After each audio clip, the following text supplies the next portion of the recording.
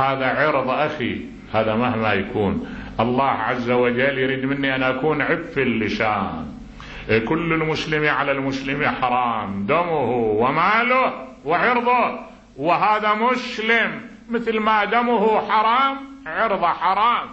فبالعكس أنا ما أشتمه ولا أساعد على شتمه، وأضبط أعصابي حتى لو شتمني، حتى لو شتمني أنا أضبط أعصابي ما أشتمه. وهو هاي النفس الكبيرة، الخلق الكريم هو هذا. أما إذا الإنسان نزل إلى مستوى المهاترة هذا خلق مو كريم أبدا. الخلق الكريم أنا أكون أكبر من الهبوط، أكبر من الهبوط. هذا الهبوط اللي عند الآخرين أنا لازم أكون أكبر من عنده. وفي سير أئمتنا ما يهدينا إلى هذا اللون من السلوك.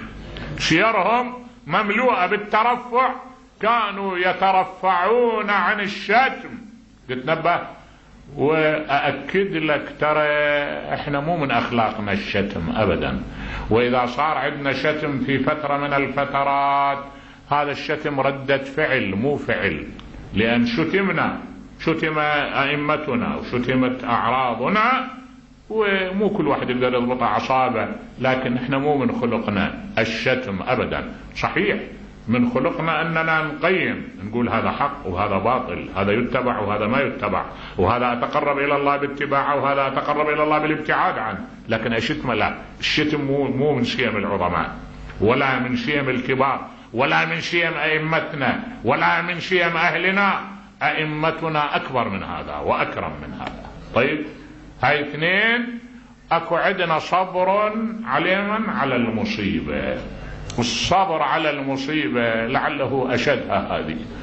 الصبر على المصيبة يعني الإنسان يكون يضبط أعصابه، لأن الله عز وجل إذا ابتلى العابد يعني يجي يسخط أمر الله. مرة قبل ما تقع المصيبة أقول له يا ربي لا طاقة لي على البلاء، ارزقني العفو والعافية، أسأل الله أن يعافيني، وأنقطع إلى الله تبارك وتعالى أن يدفع عني.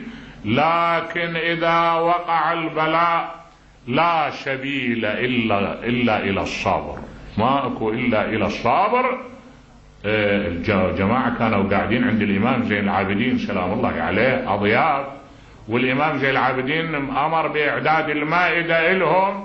واحد من غلمان الإمام أكو عنده شواء، يعني رأس يبدو أنه ذبيحة يكون يشوها، حاطها بالسفود ويكون ياخذ مطلعها من التنور.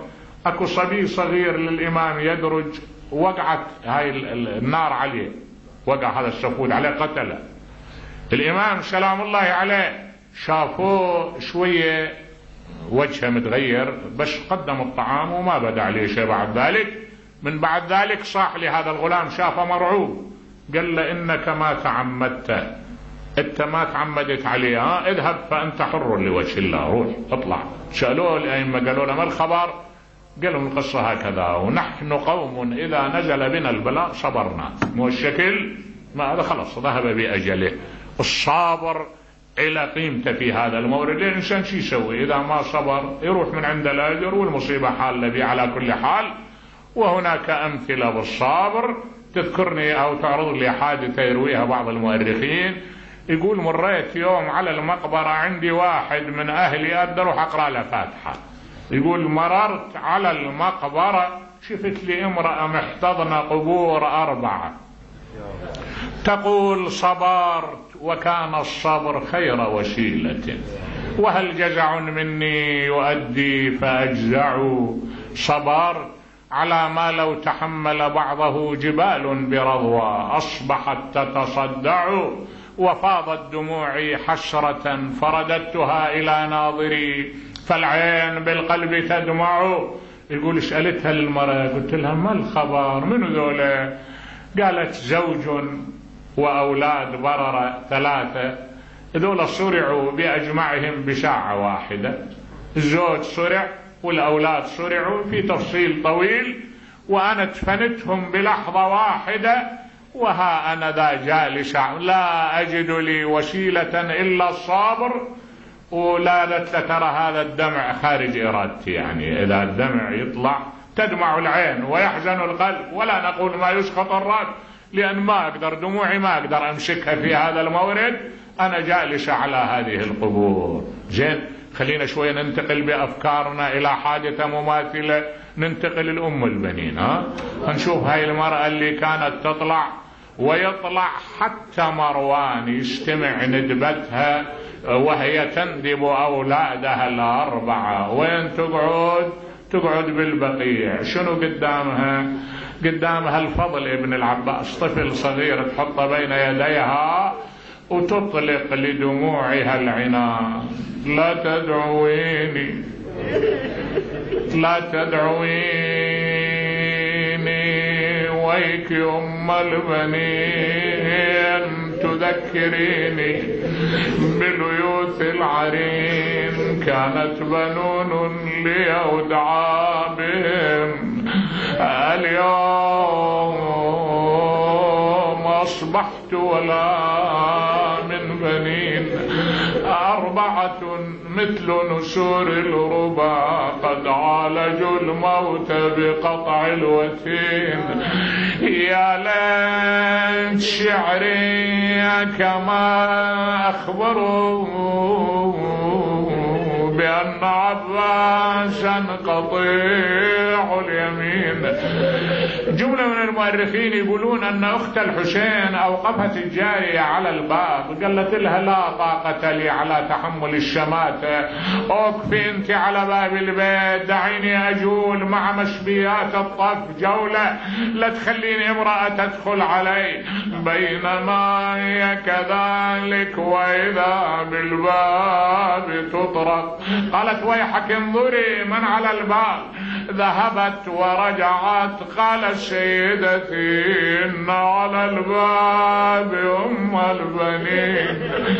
قالت ويحك افتحي لها، هي شريكتنا بالعزاء. دخلت لما وقع بصرها على زينب، صاحت وولدا وحسينا، أجابتها زينب وأخاه وعباسا. دخلت تجول وأخذت بيد زينب وقامت تجول على المحاريب الخالية. صاحت صوت يا فقد الأطيار، والله شموح يا دار الأحباب، هناك وتسمع الصرخة على الباب. أنا مع عباس جيتش لا تفترين، بجت زينب وصاحت لك أنا بالله وياي قوم نساعدنا. هاي أم البنين الراح منها 4 شبول، ربوة أمي آمين. يا ليت شعري كما أخبروا بأن عباسا قطيع اليمين. ربي نسألك وندعوك ونتوجه إليك بجلال وجهك وبرحمتك التي وسعت كل شيء وبكلماتك التامات، ارحمنا وأهلنا يا الله. اللهم إنا نسألك من كل خير أحاط به علمك، ونعوذ بك من كل شر أحاط به علمك. اختم اللهم لنا بالعاقبة الحسنة، اجعلنا ممن يأخذ بحجة محمد وآل محمد. الإخوة المؤسسون تقبل عملهم ولأماتهم